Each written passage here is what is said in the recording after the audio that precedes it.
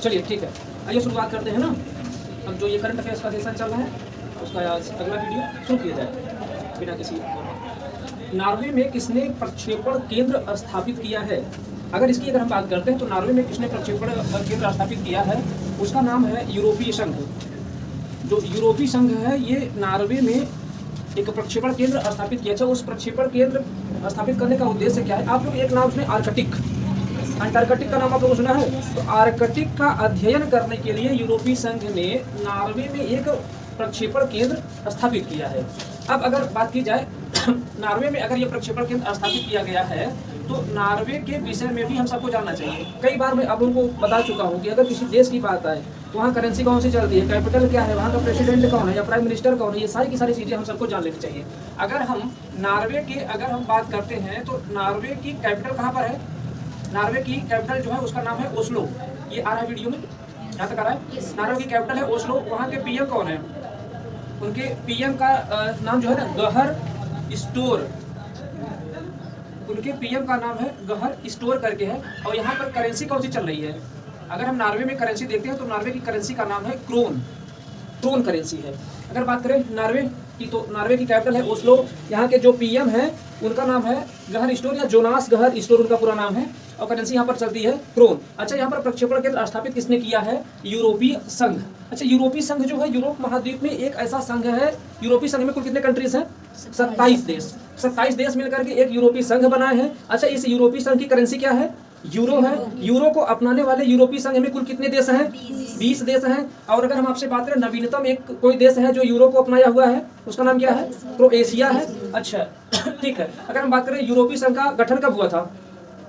यूरोपीय संघ का गठन कब हुआ था? चलिए लिख ही लेते हैं इसको। एस्टेब्लिशमेंट इसका जो है वो है 1993। अगर इसके हेडक्वार्टर की अगर बात करते हैं तो हेडक्वार्टर इसका है ब्रुसेल्स। ब्रुसेल्स कहाँ पर है? ये बेल्जियम में है। बेल्जियम एक देश, बेल्जियम की भी राजधानी यहीं पर है, ब्रुसेल्स में ही। और यूरोपीय संघ जो है इसकी भी हेडक्वार्टर कहाँ पर है? ब्रुसेल्स में ही, यानी कि इसकी भी जो कैपिटल है वो यहीं पर है। अगर हम आगे बात करें कि इसके हेड इसमें कौन है, उसी शायद हम लिखवाए थे आपको, चार्ल्स मिशेल करके उनका नाम है ना। चार्ल्स मिशेल जो है वो इसमें यूरोपीय संघ के हेड या अध्यक्ष हैं, प्रेसिडेंट है। ठीक है, ये तो हुआ हम सबका पहला क्वेश्चन। चलिए चलते हैं क्वेश्चन नंबर 2 पर। 71वां मिस यूनिवर्स का आयोजन कहाँ किया गया? अगर हम बात करते हैं 71वां जो मिस यूनिवर्स का आयोजन है वो कहाँ पर हुआ है? अमेरिका में हुआ है, अमेरिका में। अच्छा चलिए मिस यूनिवर्स के विषय में जान लिया जाए। अगर हम आपसे ऐसे बात करें कि जो मिस यूनिवर्स का खिताब है वो कब से शुरू किया गया है? ये 1952 से दिया जाता है। और अगर हम बात करते हैं कि जो मिस यूनिवर्स का आयोजन किया जाता है वो किया कहाँ पर जाता है, यानी कि अगर हम इसके हेडक्वार्टर की बात करें तो हेडक्वार्टर का कहाँ पर है? ये है न्यूयॉर्क में। न्यूयॉर्क में ये सौंदर्य प्रतियोगिता होती है। सौंदर्य प्रतियोगिता में जो सबसे आगे होते हैं उन्हीं को विजेता घोषित किया जाता है। और 71वां जो मिस यूनिवर्स है ये 2023 में अभी जस्ट उसको आयोजित किया गया है। अगर हम बात करते हैं कि इसके विजेता कौन है, विजेता उनका नाम है R Bonney Gabriel. R Bonney Gabriel ये विजेता है। ये विजेता है तो ये है कहाँ की? यूएसए की है। आर बोनी गैब्रियल ये यूएसए की है। अच्छा, अगर हम आगे और बात करें ना कि भारत की तरफ से भी किसी ने इसमें प्रतिभा किया हुआ था क्या? हाँ, एक लोग इसमें प्रतिभा की थी। उनका नाम क्या था? भारत की तरफ से गई थी दिविता राय। भारत की तरफ से थी दिविता राय। और लेकिन दिविता राय जो है इनका प्रदर्शन कुछ खास नहीं रहा। 16वां स्थान इनको मिला हुआ है, 16वां स्थान। अच्छा, और अगर हम आपसे बात करें कि जो मिस यूनिवर्स का खिताब है उसमें एक कार्यक्रम आयोजित किया जाता है। उस कार्यक्रम में जानते हैं ना कि इस साल के जो विजेता हैं उन्हें जो पिछले साल की विजेता है उन्हें ताज पहनाती हैं। तो आपको ये भी पता होना चाहिए कि पिछले वर्ष की कौन थी, यानी कि अगर ये 71वां है 2023 में तो 70वां कौन था? 70वीं कौन थी? हरनाज संधू। यानी कि जो ताज पहनाया गया वो हरनाज संधू ने अब किसे पहनाया है? आर बोनी गैब्रियल को इन्हें पहनाया। अगर मैं और आपसे अगर बात करूं तो भारत की तरफ से अभी तक कुल कितने लोग मिस यूनिवर्स का खिताब जीत चुके हैं? आपको पता है? नहीं पता है? अभी तक कुल 3 लोग हैं जो भारत की तरफ से मिस यूनिवर्स का खिताब जीत चुके हैं। अगर मैं बात करूं वे 3 लोग कौन कौन हैं? एक है उनका नाम है सुष्मिता सेन। सुष्मिता सेन 1994 में ये खिताब जीती थी। और अगर दूसरा की अगर हम बात करें तो उनका नाम है लारा दत्ता। लारा दत्ता 2000 में उन्होंने जीता हुआ था। और अगर हम थर्ड की बात करें तो थर्ड आपके सामने है 70वीं जो 2022 में ये खिताब आयोजित किया गया था। 70वीं कौन है? हरनाज संधू, ये इस खिताब को जीती है। कुल 3 लोग, एक बार फिर से हम उसको आपको रिवाइज करवा देते हैं। पहली है सुष्मिता सेन 1994 में, दूसरी है लारा दत्ता जो 2000 में जीती हैं, और तीसरी है हरनाथ संधू जो 2022 में इस खिताब को जीती हैं। ठीक है, मिस यूनिवर्स का जो खिताब है वो 1952 से इसको आयोजित किया जा रहा है, प्रतिवर्ष किया जाता है। इसका हेडक्वार्टर जो है वो न्यूयॉर्क में है। इस बार जो जीती हैं आर्गोनी गैब्रियल जीती हैं, यूएसए की रहने वाली है। इनको ताज पहना है हरनाथ संधू जो 2022 में 17वां मिस यूनिवर्स का खिताब जीती हुई थी। चलिए नेक्स्ट वन आगे देखते हैं। ऑनलाइन गेमिंग के लिए पहला उत्कृष्टता केंद्र कहाँ पर स्थापित किया गया है? अगर ये बात करें जो ऑनलाइन गेमिंग के लिए है, जो इसका आयोजन स्थापना की गई है ना, इसको स्थापित किया गया है शिलांग में। तो शिलांग आपको पता है, शिलांग कहाँ पर है? किसी राज्य की राजधानी अपने यहाँ है क्या? किसी राज्य की राजधानी है क्या? ये मेघालय की राजधानी है शिलांग। मेघालय की राजधानी है शिलांग। यहाँ पर ऑनलाइन गेमिंग के लिए पहला उत्कृष्टता केंद्र स्थापित किया गया है। अच्छा, इसका आयोजन शिलांग में ही क्यों किया गया? इसका जो मेन उद्देश्य है ना कि इसे शिलांग में आयोजित किया गया, तो शिलांग हमारा पूर्वोत्तर राज्य है और जो नॉर्थ ईस्ट हमारे स्टेट्स है ना, उन सब को आगे बढ़ाने के लिए, उन सब का डेवलपमेंट करने के लिए अब जो कुछ कार्यक्रम हो रहा है वहीं पर उसको स्थापित किया जा रहा है, वहीं पर उसको आयोजित किया जा रहा है। और अगर ऑनलाइन गेमिंग के लिए जो उत्कृष्टता केंद्र वहाँ पर स्थापित किया गया ना, तो ये स्टार्टअप भी अब वहाँ पर नए नए लगाए जा रहे हैं। तो शिलांग में इसको स्थापित किया गया है, तो इसके विषय में भी हम सबको थोड़ा बहुत जान लेना चाहिए। शिलांग कहाँ पर है? ये है आपका मेघालय में। अगर इसकी बात आ जाए मेघालय की, तो मेघालय के विषय में जो कुछ हम आपको बताए हैं वो चीज़ हम सबको कर लेना चाहिए। अगर मेघालय की बात करें तो मेघालय की कैपिटल कहाँ पर है? शिलांग ही है। और अगर हम आपसे ऐसे बात कर लें कि मेघालय के वर्तमान में सीएम कौन है? मेघालय के वर्तमान सीएम, उनका नाम क्या है? कोनराड संगमा। मेघालय के है कोनराड संगमा, कोनराड संगमा। और अगर बात करें यहाँ के गवर्नर कौन है? गवर्नर है, उनका नाम है बीडी मिश्रा। अच्छा, ये जो बीडी मिश्रा है ना, ये गवर्नर और एक राज्य के हैं। कहाँ के हैं? अरुणाचल प्रदेश के हैं। बीडी मिश्रा अरुणाचल प्रदेश के हैं। इन्हें एडिशनल चार्ज दिया गया है, मेघालय का इन्हें एडिशनल चार्ज दिया गया है। ये जो गवर्नर है वो है अरुणाचल प्रदेश के। चलिए ठीक है, आगे चला जाए। अगला है आपका पैगाह मकबरा कहाँ स्थित है? पैगाह मकबरा कहाँ पर स्थित है? ये स्थित है आपका हैदराबाद में। और अगर मैं आपसे पूछूं कि ये हैदराबाद कहाँ पर है, या कभी कभी पूछ लेता है हैदराबाद किस नदी के किनारे है? हैदराबाद स्थित कहाँ पर है पहले ये तो बताएं। हैदराबाद भी किसी एक राज्य की राजधानी है, तेलंगाना की। तेलंगाना की राजधानी हैदराबाद, ये मूसी नदी के किनारे स्थित है। अच्छा, ये जो पैगाह मकबरा है ना, इसकी चर्चा हम लोग इसलिए कर रहे हैं ना कि अभी इसके संरक्षण के लिए कोई एक देश है जो इसको अनुदान दिया हुआ है। जो पैगाह मकबरा है ये हैदराबाद में स्थित है। इसके संरक्षण के लिए ना यूएसए यानी अमेरिका ने कुल 2.5 लाख डॉलर देने की भी घोषणा किया है। अमेरिका ने इस पैगाह मकबरे के संरक्षण के लिए 2.5 लाख डॉलर देने की घोषणा किया हुआ है। तो ये सब हम सबको जाना है। हैदराबाद कहाँ पर स्थित है? तेलंगाना में। किसी भी अगर राज्य की बात है उसे छोड़ना नहीं है, देख लेना है उसे। तेलंगाना की अगर हम बात करें तो तेलंगाना की कैपिटल कहाँ पर है? कैपिटल तो आपकी यही हैदराबाद। और अगर हम आगे इसकी बात करें, सीएम यहाँ के कौन है? सीएम कौन है यहाँ के? सी चंद्रशेखर राव। अगर यहाँ के गवर्नर की अगर हम बात करते हैं तो गवर्नर यहाँ के कौन है? उनका नाम है तमिलसाई सुंदराजन उनका नाम है। चीफ मिनिस्टर और जो गवर्नर हैं, इन सब को आपको एकदम से याद रखना है। या किसी दिन हम कोई एक लाते हैं ना कि जितने भी गवर्नर हैं या फिर जितने भी सीएम हैं, एक ही दिन हम लिखवा ही देते हैं पूरा का पूरा। आगे चलते हैं। 5G तकनीक को अपनाने वाला भारत का पहला जिला कौन सा बन गया है? भारत का पहला जिला कौन बन गया? उसका नाम है विदिशा।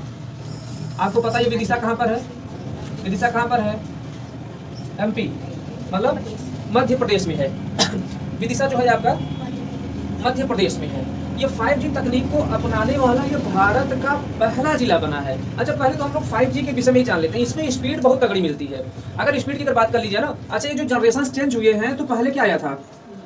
2G आया, फिर आया क्या आपका 3G आया, फिर आया आपका 4G आया, और अब क्या आ गया है आपका 5G आ गया है। अच्छा, इन सब में जो एक डिफरेंस होता है ना, वो स्पीड का डिफरेंस होता है कि जो इंटरनेट की सर्फिंग होती है वो कितनी तेजी के साथ कर लेती है। अगर मैं ऐसे अगर बात करूँ ना कि 2G 3G 4G और 5G में जो स्पीड होती है, अगर हम कोई एक ऐसा कोई कंटेंट है जो हम डाउनलोड अगर करना चाह रहे हैं, अगर हम 2G की स्पीड से अगर उसको हम डाउनलोड करते हैं ना, तो कोई एक ऐसा कंटेंट हो जिसे 2.8 दिन लगेगा कंप्लीट होने में।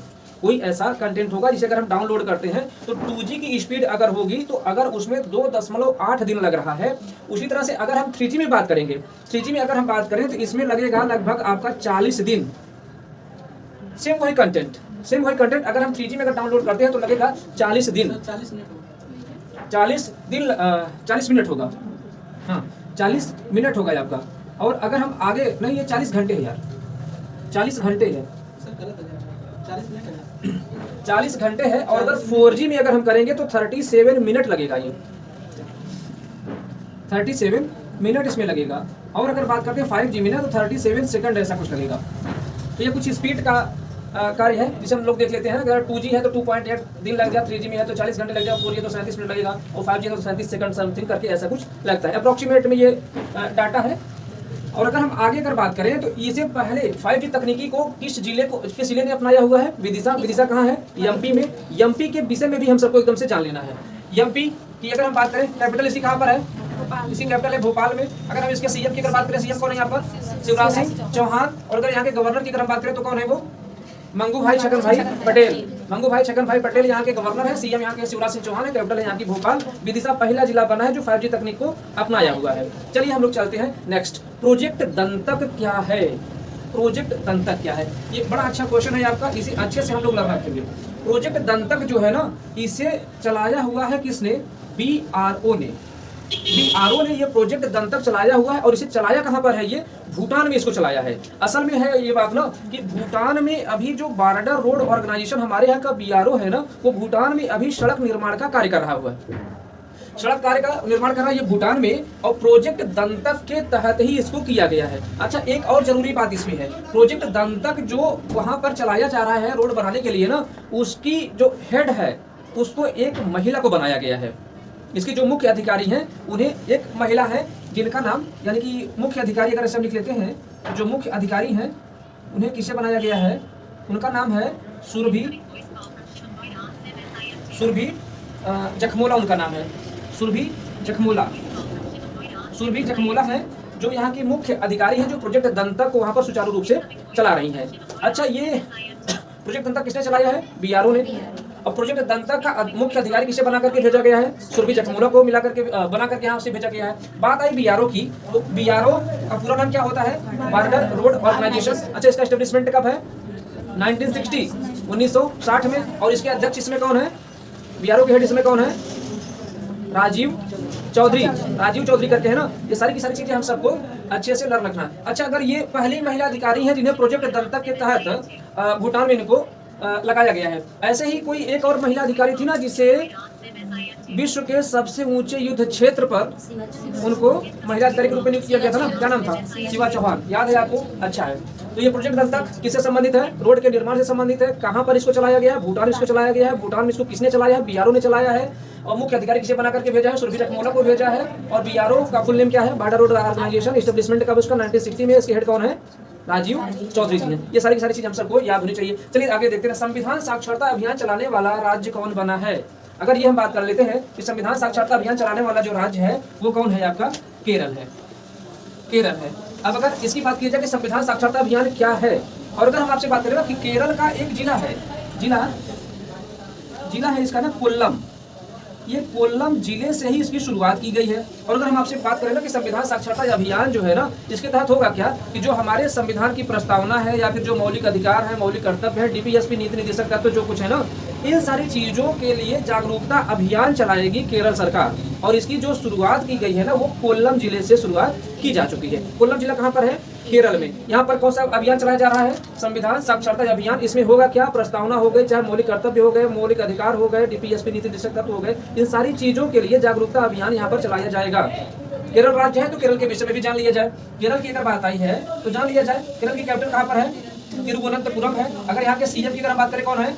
उनका नाम है पिनरई विजयन। और अगर बात करते हैं यहाँ के गवर्नर कौन है? गवर्नर का नाम है मोहम्मद आरिफ खान, यहाँ के गवर्नर है। चलिए हम लोग आगे चलते हैं। मार्ग पोर्टल किसने लॉन्च किया है? मार्ग पोर्टल किसने लॉन्च किया है? तो उनका नाम है वाणिज्य और उद्योग मंत्रालय ने। वाणिज्य और उद्योग मंत्रालय ने वाणिज्य एवं उद्योग मंत्रालय, वाणिज्य एवं उद्योग मंत्रालय ने ये मार्ग पोर्टल लॉन्च किया हुआ है।